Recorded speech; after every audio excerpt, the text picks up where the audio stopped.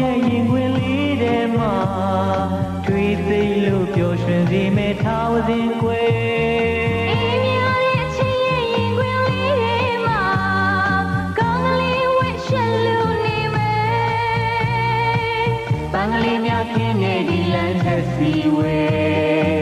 ဒီမှာလုံးတို့နှစ်ယောက်ရှောင်လန်းကြမယ်ကွယ်အကျဉ်းသားတွေကလေးဒီနေ့မှစလာရဲ့